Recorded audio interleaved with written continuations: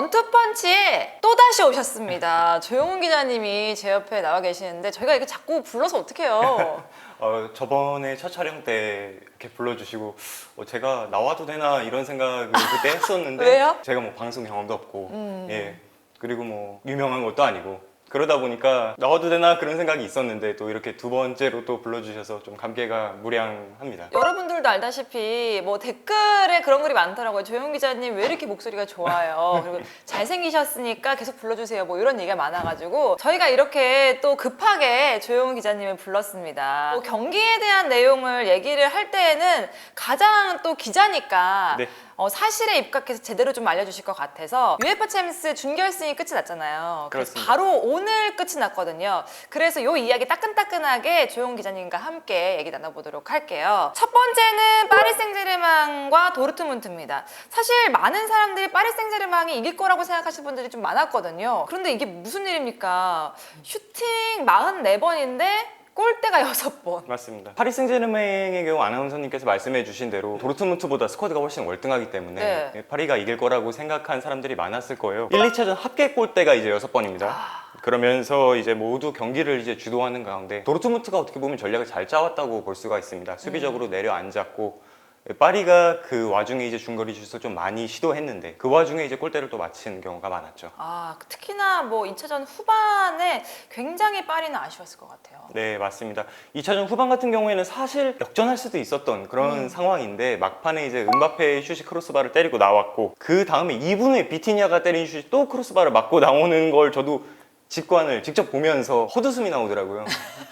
어떻게 두 번 연속 이렇게 크로스바를 때리나 싶을 정도로 도르트문트가 합계 스코어 2대 0으로 결승에 올랐는데 파리가 기회를 못 살렸다고 볼 수가 있는 거죠. 어쨌든 선수들의 결정력이 부족했다. 뭐 엔리케 감독도 뭐 축구는 항상 불공평하다 뭐 이렇게 말을 했으니까 뭐 어떻게 보면은 패배를 인정한 거기도 하고 그런 상황인데 파리가 불운만 있었던 건 아닌 것 같아요. 도르트문트가 그 불운을 딛고서 올라갔다라고 말하기에는 도르트문트도 말씀하신 것처럼 참 잘 짜왔다고 설명할 수 있지 않을까요? 도르트문트가 테르지치 감독이 적절하게 전략을 굉장히 잘 가져왔는데 수비를 강력하게 세우는 것이 눈에 띄었어요. 센터백 슐로터백과 훔멜스의 활약이 진짜 대단했다고 할 수가 있는데 뭐 제가 어떤 본 글 중에 재미있는 글은 슐로터백이 맞고 골은 훔멜스가 넣었다. 공수를 다했다 두 센터백이 그런 얘기도 있더라고요. 슐로트백이 걷어내기 7회 그리고 태클 4회로 팀 내 4번째로 또 높은 평점을 받기도 했고 훔멜스도 굉장히 잘한 평점으로 또 올라가기도 했었는데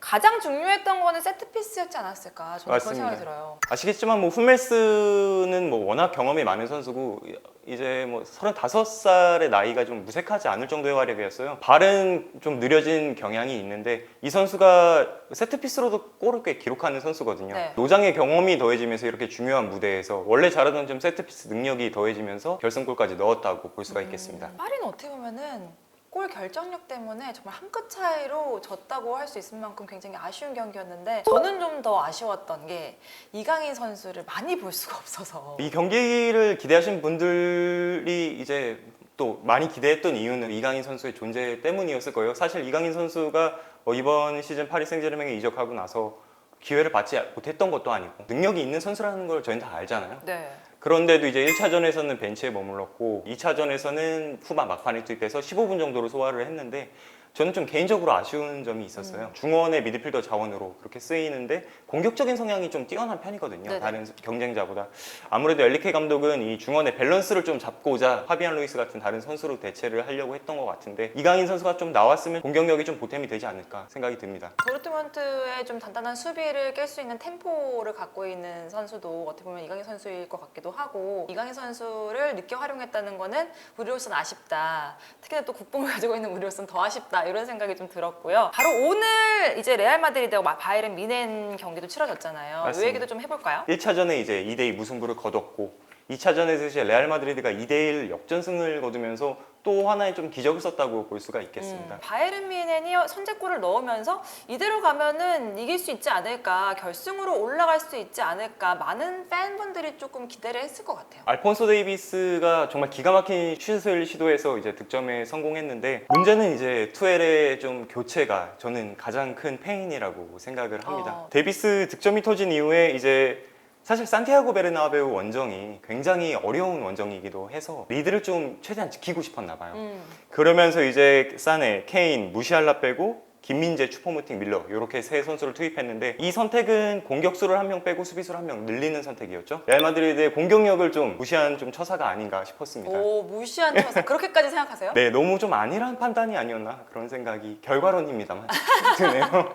아니 저는 또 노이어의 실수가 네. 가장 뼈아프지 않았나. 후반 88분 정도에 나왔었죠. 노이어가 이날 경기에서 정말 잘했어요. 선방 5개를 기록하면서 바이에른 뮌헨이 경기력적으로 밀리는 상황임에도 불구하고 좀 팀을 지켜왔는데 비니시우스가 이 경기에서 정말 잘했는데 득점을 하지 못하다가 시도한 슛이 이제 가슴에 맞고 튀어나왔어요. 사실 그건 펀칭으로 쳐냈으면 더 좋았을 만한 상황인데도 잡으려고 하다가 이제 실수가 나왔던 거죠. 그래서 그 앞에 있던 이제 호셀루가 동점골을 만드는데 성공을 했습니다. 이 경기에서 팬들의 가장 뜨거운 감정을 떠오르는 게 VAR도 있거든요. 여기에 대해서는 좀 어떻게 생각하세요? 역전골이 터진 이후에 이제 바이에른 뮌헨이 1대2로 지던 상황이었죠. 여기서 이제 더리우트의 슈팅이 나오면서 바이에른 뮌헨이 2대2를 만들 수 있는 상황이었는데 후방에서 이제 긴 패스가 올라와서 마즈라위가 경합을 해서 떨어뜨려줬습니다. 그리고 이제 밀러가 머리로 다시 데리에트한테 밀어줬고 이게 득점이 된 거거든요. 근데 그 전 상황에서 부심의 기가 먼저 올라갔어요. 네. 부심은 바로 휘슬을 불었습니다. 마즈라위가 오프사이드라는 판단이었는데 사실 느린 그림으로 돌려보니 그런 상황이 된 거죠. VAR이 가동하기에는 어려웠던 게 이미 주심이 판정을 마친 후였습니다. 그래서 VAR이 개입할 여지가 없었고 이제 결국에는 득점으로 인정되지 않으면서 바이에른 뮌헨이 약간 억울한 감은 있다고 좀 생각이 됩니다. 기자시다 보니까 굉장히 중립적인 입장에서 얘기를 하시는데 경기에 대한 팬의 입장에서 좀 이런 거를 허심탄회하게 얘기할 시간입니다. 이런 거를 좀 더 깊게 얘기를 해보세요 한번. 투엘 감독이 정말 화가 많이 났어요. 네. 경기 끝나고 이제 판정이 재앙이라는 말까지 써가면서 좀 극단적인 워딩을 사용을 했는데 제가 보기에도 이건 논란의 여지가 좀 있을 것 같고 레알 마드리드가 뭐 이전에 뭐 심판 판정에 수혜를 받았다 뭐 이런 얘기를 차치하고서 이번 경기만 봤을 때는 바이에른 뮌헨이 억울할 수 있는 그런 상황이라고 저도 생각이 드네요. 레알이 확실히 좀 DNA가 있다. 뭔가 위로 올라가는 우승 DNA가 있다. 이런 생각도 들었거든요. 결국에는 어떻게 보면 살짝의 운도 따라준 거잖아요. 득점 상황도 사실 운이 많이 따랐고요. 레알 마드리드의 DNA라고 하면 뭐 다들 아시겠지만 뭐 이 챔피언스리그에서 14번 우승한 팀이고 그만큼 또 경험이 많다는 거겠죠. 비니시우스가 이날 왼쪽 측면을 거의 지배하다시피 했는데 실점 이후에도 당황하지 않고 계속 꾸준한 패턴으로 공격을 이어갔고 이게 결국 동점골로 연결이 됐고요. 안첼로티 감독 같은 경우는 이제 통산 6번째 결승 고지에 올랐고요. 이미 챔피언스리그 4회 우승을 한 감독입니다.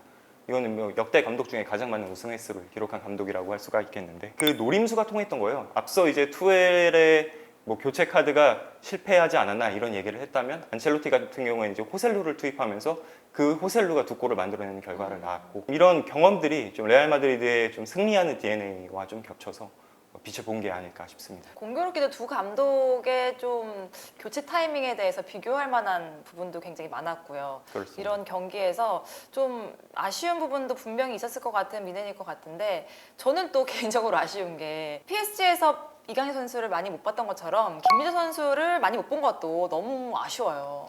왜냐하면 또 어떻게 보면 1차전에서 조금 아팠던 기억들을 기회를 받아서 날려버릴 수 있지 않을까라고 조금 데리트가 또 부상이기 때문에 좀 기대를 하긴 했거든요. 한국 선수라서 저희 입장에서는 또 이 선수가 또 잘하는 게 또 저의 기쁨 아니겠습니까? 그쵸. 1차전에서 이제 좀 두 실점 모두 이제 원흉이 됐잖아요. 첫 번째 장면에서는 이제 비니시우스에게 공간을 내줬고 두 번째 장면에서는 페널티킥을 허용했고 2차전에 김민재 선수가 출전을 해서 좀 해소했으면 좋겠다는 바람이 있었는데 여전히 이제 투엘 감독은 부상에서 막 돌아온 데리우트를 선택을 했습니다. 네. 김민재 선수 같은 경우에는 아까 말씀드렸다시피 이제 수비를 다지는 과정에서 교체로 출전을 했는데 사실 골을 넣을 기회가 있었어요. 그쵸. 코너킥 상황에서 이제 헤더를 정말 잘했는데 이게 또 골대를 맞고 나오는 바람에 득점이 무산됐습니다. 이게 득점이 들어갔다면 그러니까. 지난 1차전에서 이제 그 두 번의 실수를 좀 많이 할 수 있는 그러니까요. 상황이 됐을 텐데요. 소문으로는 마음도 떠났다, 막 감독도 그렇고 많이 떠났다, 막 이런 얘기도 있는데 그게 막 들어갔으면 얼마나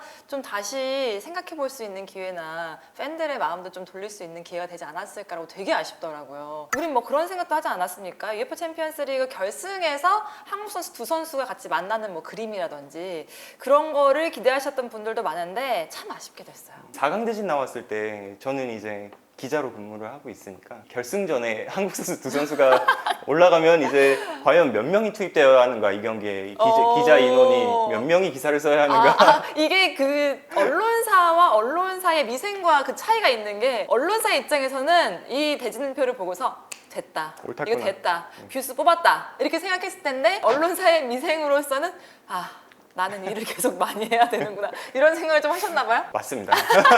그렇지만 뭐 일하는 게 즐겁습니다, 저는. 그렇죠. 그런 상황 속에서 김민재 선수와 이강인 선수의 만남은 좀 아쉬웠다. 개인적으로 축구 팬으로도 좀 아쉬웠겠어요. 박지성 선수가 해버지께서 유럽에 진출하고부터는 계속 해외 축구를 봐온 입장에서 세 번째 한국인 선수가 챔피언스리그 결승에 오를 수도 있었던 상황이었는데 둘 중에 아무도 없는 건 너무 아쉽습니다. 정말 아무도 없는 건 정말 아쉽다는 생각이 듭니다. 그나저나 K는 역시 트로피하고 좀 인연이 없나 봐요. 케인이 우리도 알다시피 얼마나 뛰어난 선수고 득점왕을 몇 번이나 했던 선수인데 이렇게 트로피도 없다는 거는 참 아쉬운 일이죠. 그쵸. 그래서 바이에른 뮌헨은 온 건데 바이에른 뮌헨이 리그도 놓치고 포칼도 놓치고 챔피언스리그까지 놓칠 거라고는 아무도 예상을 좀 못했을 것 같습니다. 기자님이 아까 제가 오기 전에 막 그런 얘기 했잖아요. 코망의 유관력에서 뭐 K이 더 이겼다 뭐 이런 얘기까지 했는데, 그렇게 생각하고 계시는 거죠? 이거는 뭐 일종의 밈 같은 거죠. 밈인데 이제 코만 같은 경우에는 아시다시피 뭐 파리 생제르맹, 유벤투스를 바이에른 뮌헨까지 지나오면서 이제 2013년부터 꾸준히 10년 동안 트로피를 매번 들었던 선수인데, 과연 케인의 무관력과 코망의 유관력이 바이에른에서 만나면 어떤 결과가 날 것인가. 지독한 케인의 무관력이 이겼던 것 같습니다. 두 경기에 대해서 좀 이야기를 해봤는데, 이제 비기어를 들 팀은 누군가, 이거에 대해서 준비를 하셔야 될 거 아니에요. 맞습니다. 이제 좀 준비를 하시고 계시나요? 어느 정도 자료를 모으고. 보통 이제 해외에서 발표하는 라인업 같은 걸 좀 찾아보기도 하고, 뭐 해외에서 분석한 자료 같은 거, 뭐 데이터 이런 것도 좀 많이 찾아보기는 합니다. 승부 예측은 아시다시피 뭐 전문가가 더 못하는 거고. 그렇습니다. 좀 어떻게 그럼 예상을 하세요? 뭐 승부일치까지 얘기가 나왔으니까 도르트문트와 레알 중에서 이제 비기어를 들 팀은 누구인가, 기자의 예측 뭐 이런 거 하잖아요. 언론사에서도 기자의 예측 뭐 1, 2, 3, 4, 5 막 이렇게 해갖고 누구는 이렇게 생각한다 뭐 이런 거 하잖아요. 레알 마드리드가 우승하지 못할 거라고 생각하는 사람이 많지는 않을 것 같아요. 저도 이제 머리로는 이제 레알 마드리드가 우승을 할 거라고, 15번째 비기어를 가져갈 거라고 생각을 하는데 마음은 또 그게 아니더라고요. 왜요? 마음은? 근데 사실 도르트문트가 지금 이렇게 결승에 올라간 것도 되게 큰 이변이라고 할 수 있는 부분이니까, 어떻게 보면 그런 부분인데도 불구하고 도르트문트의 손을 들어주고 싶은 거예요, 마음은? 네, 마음은 이제 도르트문트를 들어주고 싶은데, 사실 이번 시즌이 이제 마르코 로이스의 마지막 시즌이기도 하고, 네, 훈멜스도 이제 거의 선수 생활, 도르트문트에서 생활은 거의 끝이라고 봐도 무방하죠. 두 선수 같은 경우에는 2013년에 열렸던 챔피언스리그 결승전에서 올라갔다가 당시 바이에른 뮌헨에 패배하면서 준우승 서름을 좀 삼켰던 경험이 있는데, 이 선수들이 좀 우승 트로피를 들어올리는 걸 보고 싶네요. 알겠습니다. 만약 뭐 축구는 정말 둥그니까 어떻게 될지 모릅니다. 여러분들, 저희가 이렇게 UEFA 챔피언스리그 준결승에 대해서 이렇게 짤막하게, 오늘 경기가 끝났기 때문에 따끈따끈하게 얘기를 여러분들께 전달 드리려고 이렇게 조영훈 기자님을 모셨는데, 얌전하게 생기셨잖아요. 안속엔 지금 야망이 막 숨어져 있는 원투펀치의 막 핵심 멤버로 될, 그러려면 지분을 저희가 좀 투자를 하셔야 되는 그런 상황이 됐지만, 어쨌든 한번 미래를 두고 보시기로 하고, 저희는 또 다음 소식으로 찾아뵙도록 하겠습니다. 안녕히 계세요. 안녕히 계세요.